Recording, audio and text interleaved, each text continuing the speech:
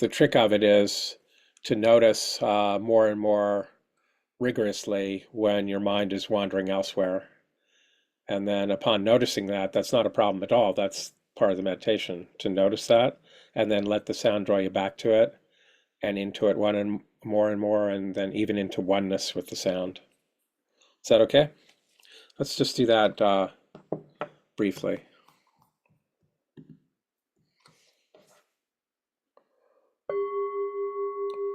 Well, first, can everybody hear the sound? Thumbs up.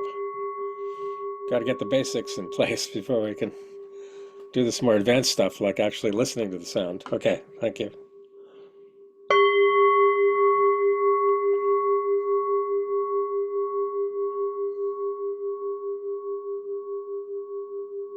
Just letting that sound draw you in more and more.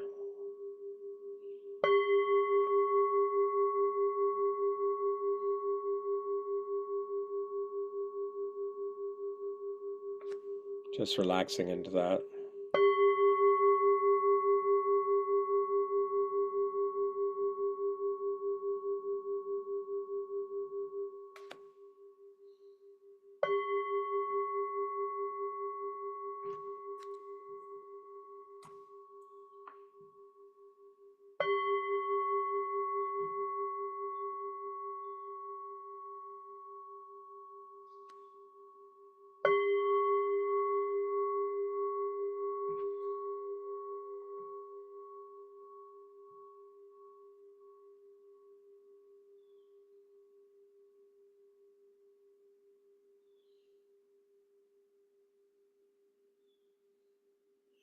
So letting the sound draw you more and more into oneness with it. And when we start to feel that sense of becoming one with, not thinking about it, but just the intuitive feeling of that, not separate. When that begins to emerge, that's the beginning of real shamatha, real tranquil abiding.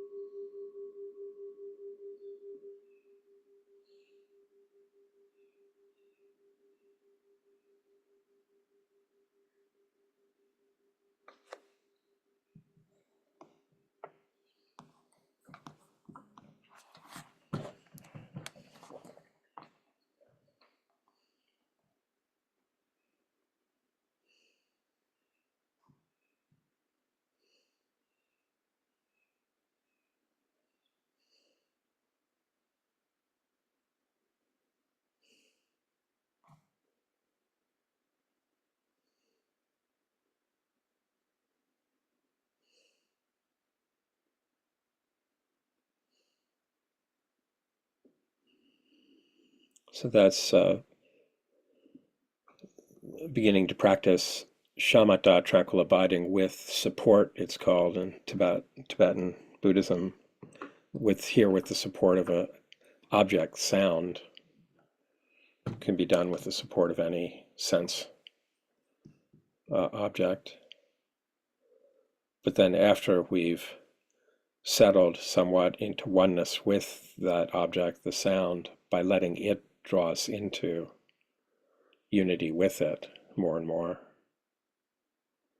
We don't do anything really. We just are learning to let it draw us in toward unity. Then when the sound stops, we can just continue to rest in that resonance of unity, of oneness with the basic lucidity of our experience.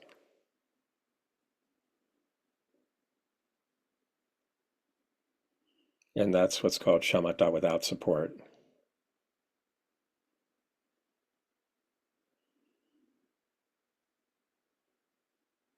Just resting in the basic lucidity of our experience.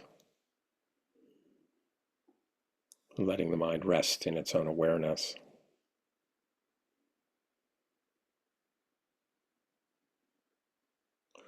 And that becomes the basis really for all of our practices. That's why the first step of our SCT practices begins with some breathing meditation, which then moves in the direction of shamatha with the support of the feeling of the breath.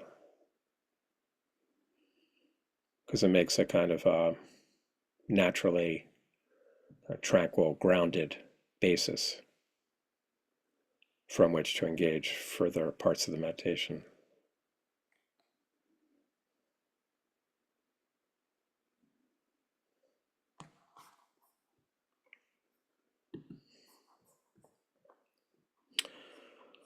I thought this morning it would be good to go back and reconnect with a way that I've been teaching inclusive mode in retreats that I find really helpful, which is to really raise up and focus on three aspects of the field of care kind of meditation. Three aspects of the field of care meditation that then flow right into the inclusive mode meditation. To actually be very conscious of those three aspects as we engage them in the field of care meditation, and then actually notice how each of those three aspects flow into, bleed into the inclusive mode meditation. So they're taking, I was going to say that we take them into the inclusive mode, but actually they're taking us into the inclusive mode just by turning our attention in that inclusive direction. These three aspects of the field of care meditation. Sometimes I like to begin by giving another quote from Tenzin Wangyal Rinpoche, Dzogchen teacher I like to quote to introduce this, that I find helpful. So Tenzin Wangyal says, the teachings of Dzogchen don't focus mainly on trying to generate positive qualities. So we just saw that. That's why I lead the meditation on the gong the way I do.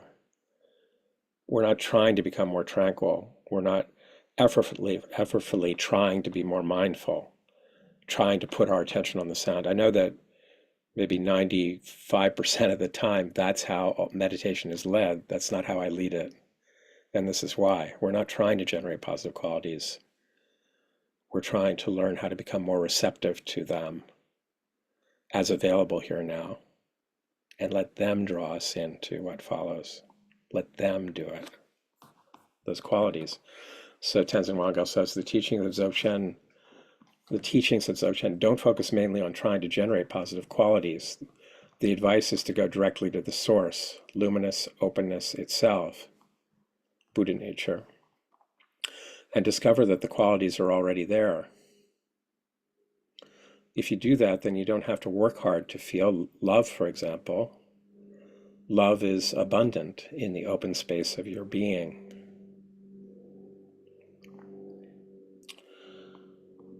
So I think that's a great introduction to this connection between our field of care receptive practice and the inclusive mode practice.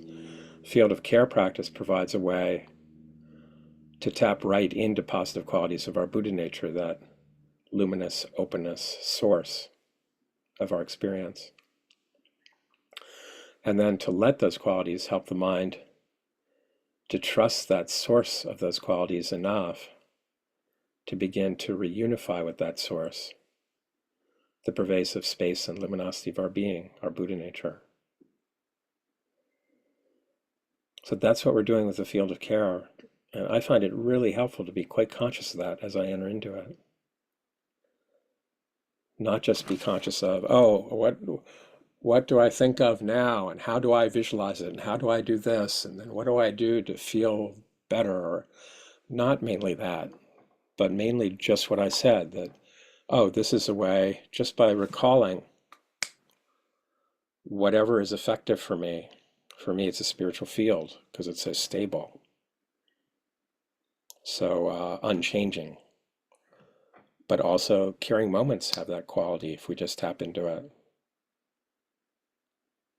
Or bringing to mind a benefactor. So that field of care practice helps us just tap right into positive qualities of our Buddha nature and then let those qualities help the mind trust enough, relax the grip enough to begin to settle into the source of the qualities, Buddha nature itself, the basic space and luminosity of our being, which is always right here. And that becomes the basis then to include many other beings in that pervasive power of love, compassion, and openness and wisdom that's always available in the open space of our being, as Tenzin Wangyal says. So there are three basic aspects, or I call them also three skills that we cultivate in the field of care practice that take us right into the inclusive mode. And I want to name them because I find it so helpful to be very conscious of them, not vague.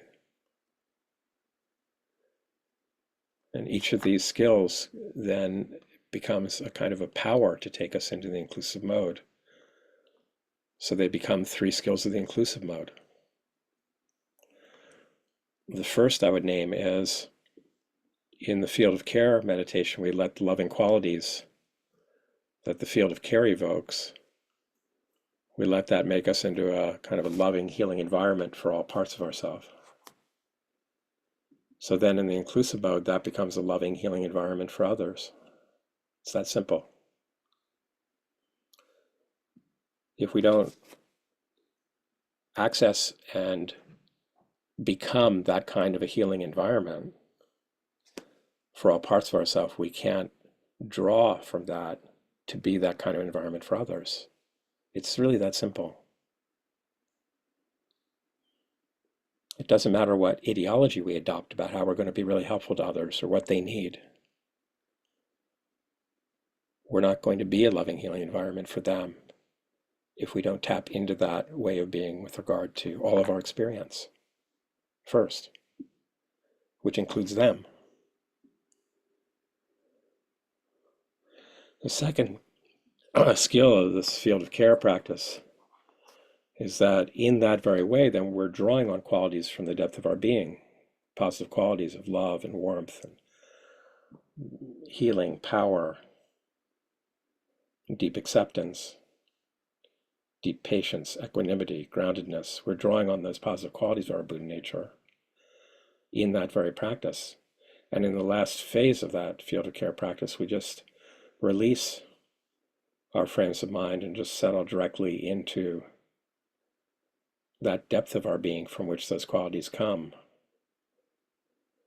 The pervasive openness and luminosity and vast capacity of our Buddha nature. We're just settling right into that in the releasing phase, settling into that depth. And it's from that depth in the inclusive mode that we can begin to sense and uphold others in their depth, at a level of depth in their Buddha nature, not just at the level of habits of reaction in our thinking mind, reacting to their habits of reaction in their thinking mind, not that.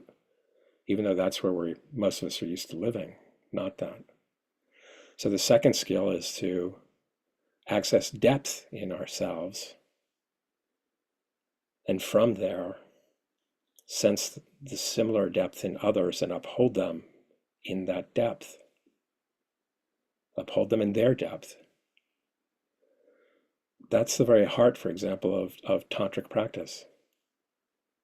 That's the very heart of the meaning of discovering, of identifying with the deity, as it were, identifying with the Buddha, and from there upholding others in their Buddha-ness, which is called pure perception. I don't want to go into all that much, but I'm just saying that's where this comes from.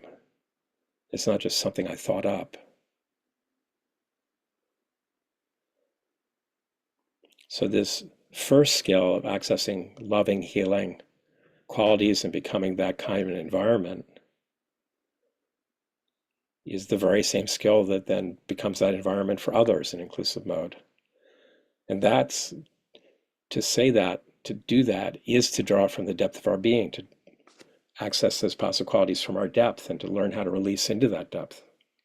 That's the second explicit skill.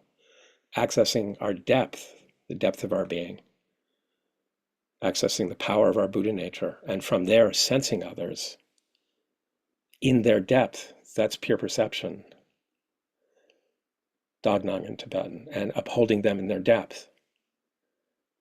Not just their crazy minds from my crazy mind, trying to figure out how to be more respectful, endlessly trying to follow better and better rules to be a nicer person. Not all that crap. A depth prior to all that, in which there's a natural reverence, depth to depth, because you're sensing that depth in others. And if you sense it, there's a reverence for it and a care for it. And all that, becoming a loving, healing environment in that way for self, for others, recognizing that that's drawing on depth and learning how to reunify with that depth more and more, hold others at that depth, that second skill. All that also supports the third skill, which comes automatically with those, which is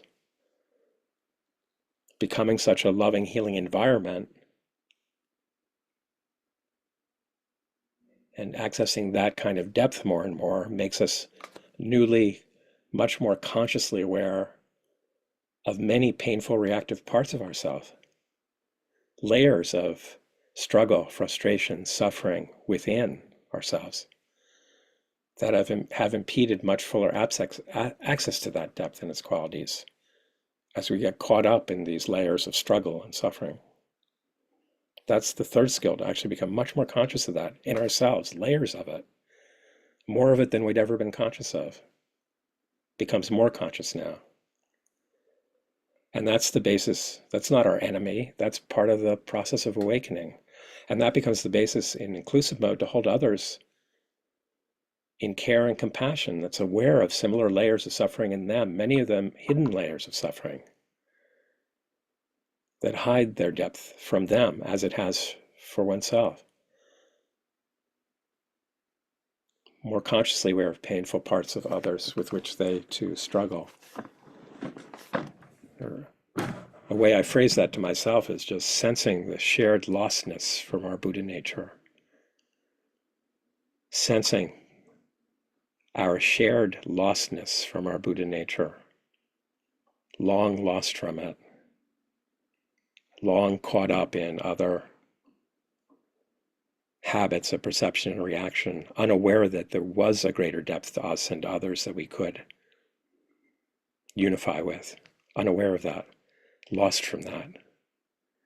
Sensing that shared lostness, like I've been lost. All those around me have been lost. And that naturally, automatically becomes compassion. And that's the compassion of the Bodhisattva path.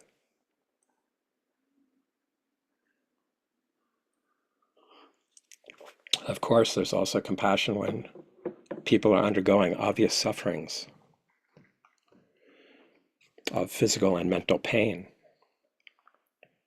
severe illness, sufferings of war,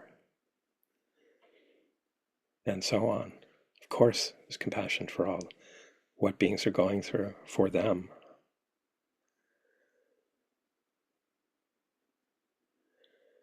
But there's also compassion at a level of lostness from our depth from which we then all participate in the world in reactive ways that contribute to our collective suffering. A compassion for a shared lostness that's prior to the particulars. Lost from our depth and not seeing that depth either in ourselves or in others.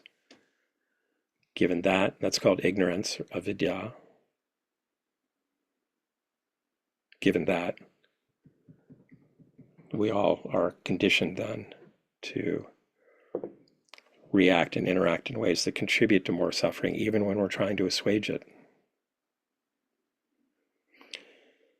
So this is really a deep practice. It is adapted from patterns of practice in Tibetan Buddhism. Those patterns of practice are both Mahayana and Vajrayana, and there's a depth to it. I'm just trying to raise that up, and raise it up in terms of the three skills that the field of care practice helps us to cultivate. Becoming a healing environment for self and others. Accessing depth in ourselves that becomes a recognition of depth in others for real, so we can relate to that in them and uphold that in them. And in light of both of those skills, becoming much more conscious of hidden layers of struggle and suffering in ourselves that makes us more conscious of similar layers in others. So compassion, or broadly, the way I like to phrase it to myself, a sort of a recognition of our shared lostness from our Buddha nature for so long, so exhausting. And that's compassion. The compassion that's energetically, strongly wishing all to become more and more free at all layers of their being, all the way down to the deepest layers. Which involves recognizing one's depth, and from there recognizing others in their depth. And then responding in that from there.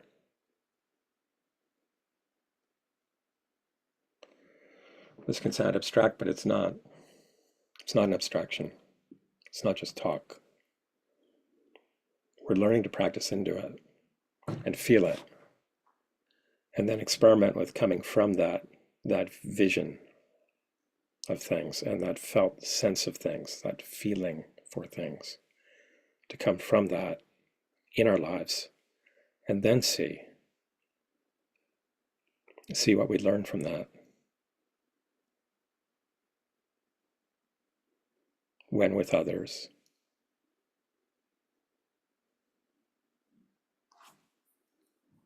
And how that affects how we think about things and what we do.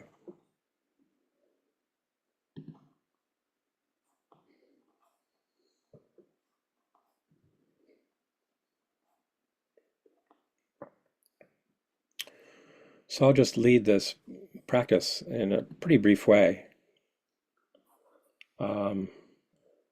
which has embedded in it those three skills that I just tried to name.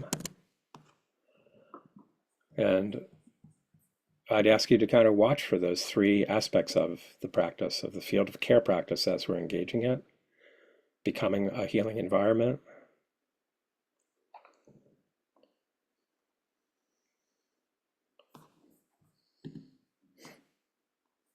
Sensing into our depth.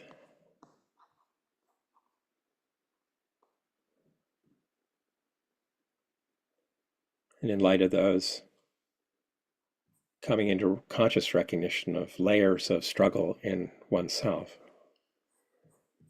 that are okay to have, because we've become a healing environment for those layers of struggle, and that's why we can become more conscious of them. We're an environment in which they can now begin to heal. It doesn't dismiss or reject them. It's layers of struggle. And then try, please, to notice. I tried to do this myself, so I'm just sharing what I try to do and with you all. Try to notice how all three of those dimensions the field of care come right into the inclusive mode, being a healing environment for so-called others. They're not so other. Sensing from depth to depth, sensing them in their depth, not just my habits of thought about them or the level of reaction to them. Totally beyond that, actually, from beyond that. Depth to depth. And that becomes also increasingly non-dual. A place where we meet, or where we've never been divided. It's another way of talking about so-called emptiness. Sensing depth to depth, until it goes beyond duality even. And then in light of all that, the third one, many hidden layers of struggle, difficulty, suffering in all, sensing that in oneself, in others, with compassion, and radiating that, letting that just naturally radiate. Okay, so let's just begin with a little bit of abdominal breathing. Is that okay to begin?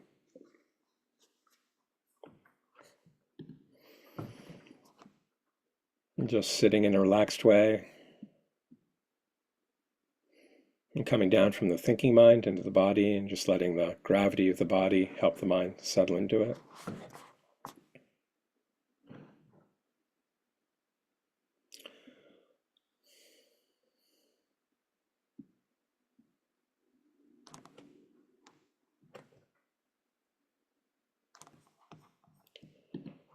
We can take a slow, deep breath, inhaling from the abdomen so it expands. Feel the abdomen expand.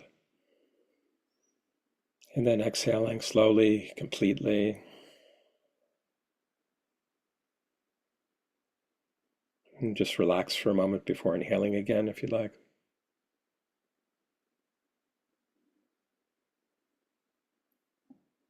And then just repeat that a few times. Slow, deep inhale into the abdomen. So it expands. Feel it expand. Exhaling slowly and completely.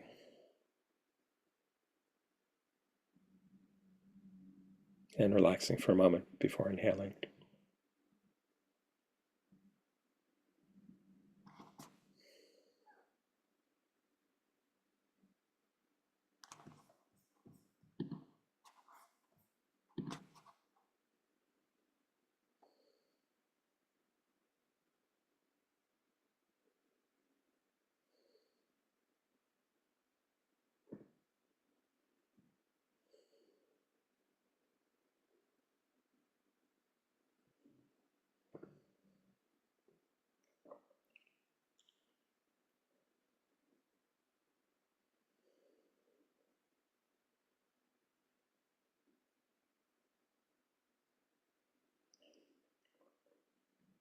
Now let the breath settle into its own natural flow while still breathing from the abdomen, feeling the abdomen expand and contract with each breath.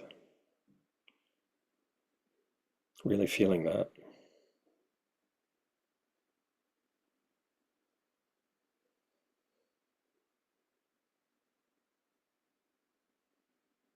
So you're living in the feeling of the abdomen, not in the head here.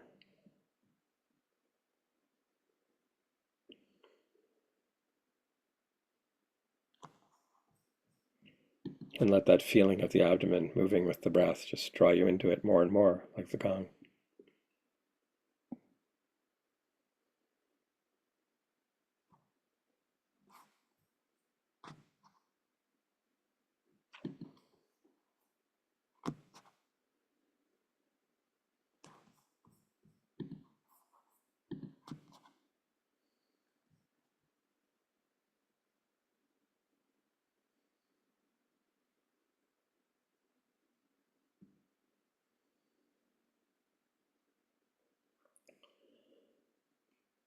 Now bring to mind your field of care,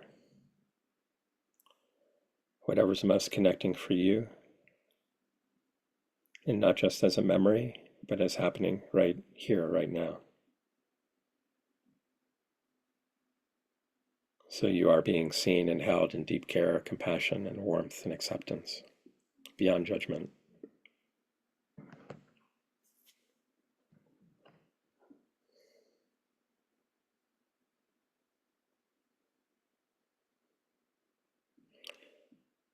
Just believe and feel that that's really happening as much as you can.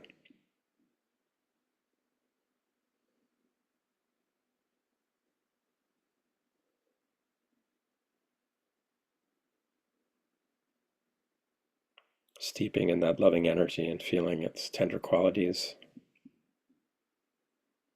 letting them infuse your whole body and mind and world.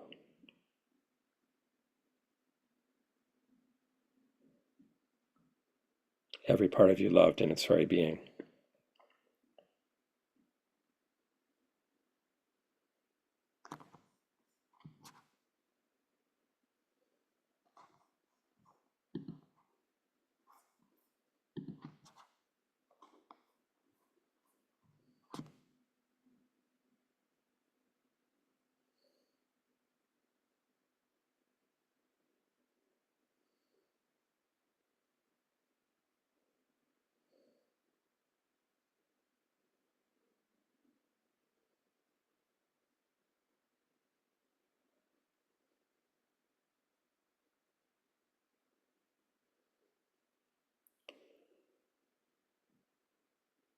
Just believing and feeling that this is happening as best you can.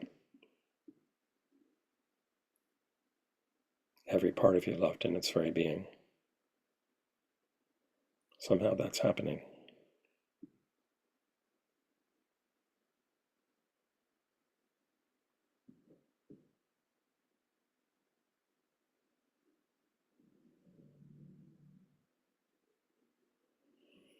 And let all the phenomena of thought and feeling that arise just be embraced in this totally loving, healing environment. To let everything just find its own place.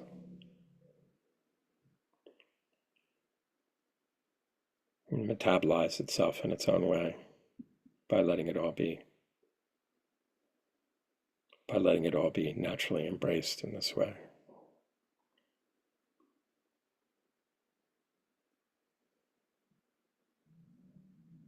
In utter acceptance and warmth, all of it.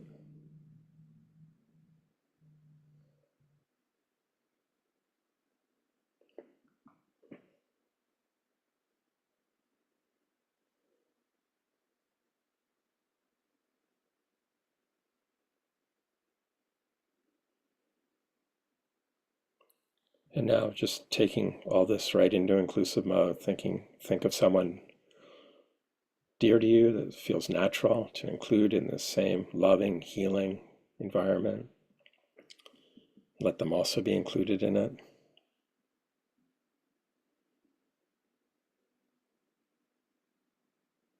And let that help you commune with them in the depth of their being, beyond everyone's reactions, sensing and communing with them in their depth, while also aware of their hidden layers of struggle and suffering, and just wishing them deeply well and free.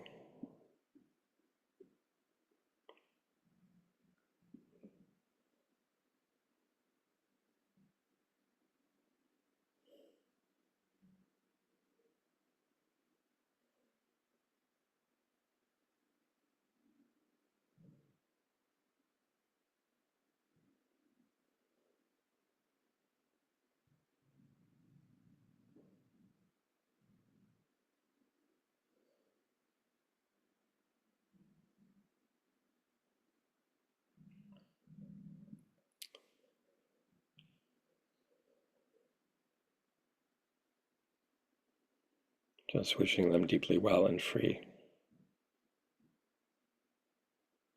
while sensing them in their depth from yours, in their hidden layers of struggle, like yours, and wishing them deeply free and well, radiating that wish of compassion, of love.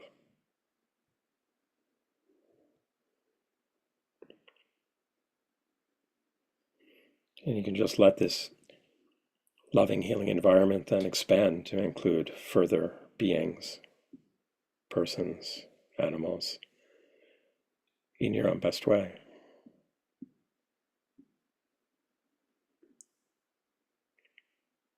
Sensing whoever comes to mind in the depth of their being and hidden layers of struggle, while wishing them deeply well and radiating that wish, well and free.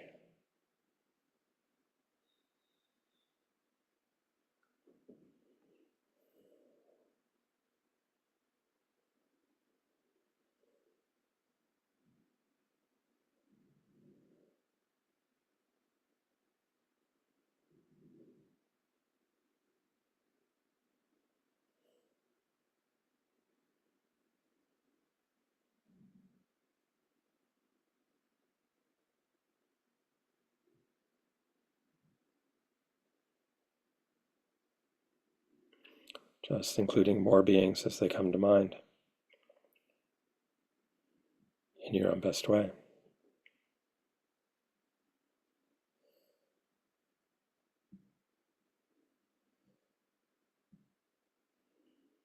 And if part of you has difficulty with this at any point, you just settle back into your field of care and reunify with its healing environment. And hold that part in that healing environment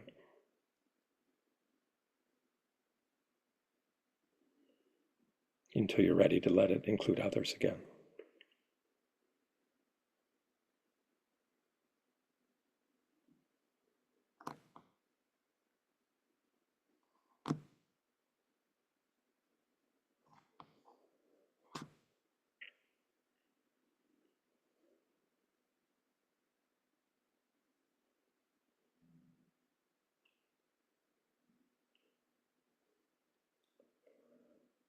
And finally, just let the vast underlying capacity of warmth and care and compassion from your basic awareness just expand to include all beings, human, animal, all creatures, or just imagine that's happening. So all are literally included now. Let that help you commune with them all in the depth of their being and their hidden sufferings, while radiating this wish of care for them, wishing them deeply well and free, all of them, everyone.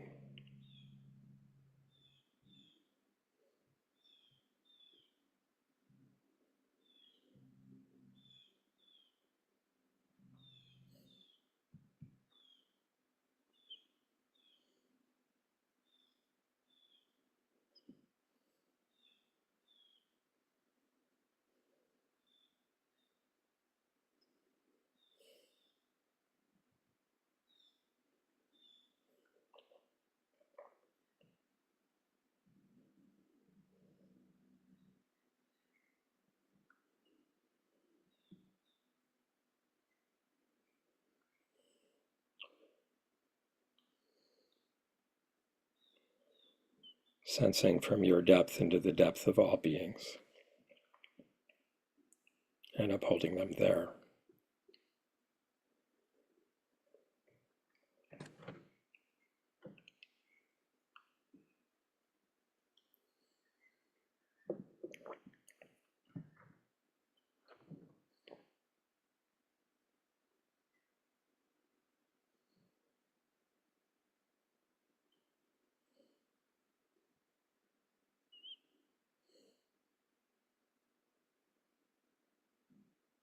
Accessing the vast underlying capacity of mind to hold all. in warmth.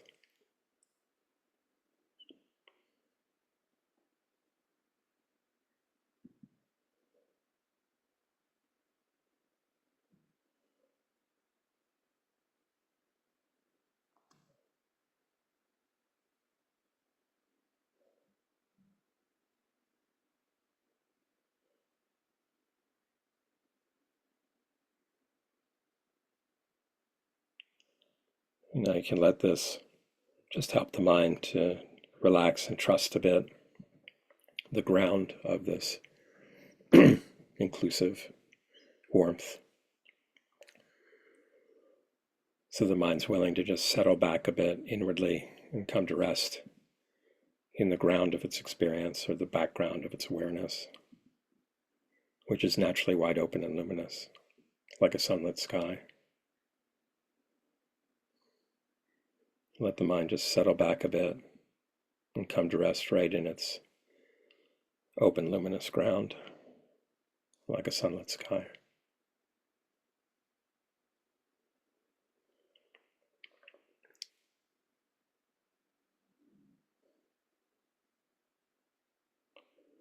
Letting this sky-like openness of awareness just help reunify the mind with it by letting all be.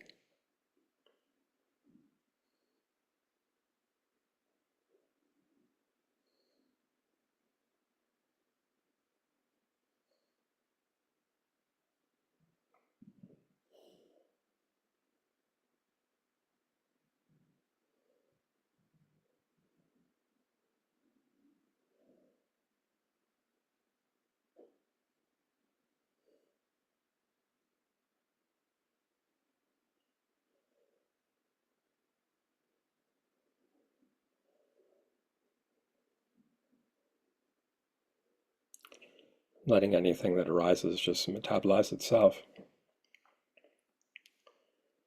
in this sky-like expanse of simplicity and awareness by letting all be.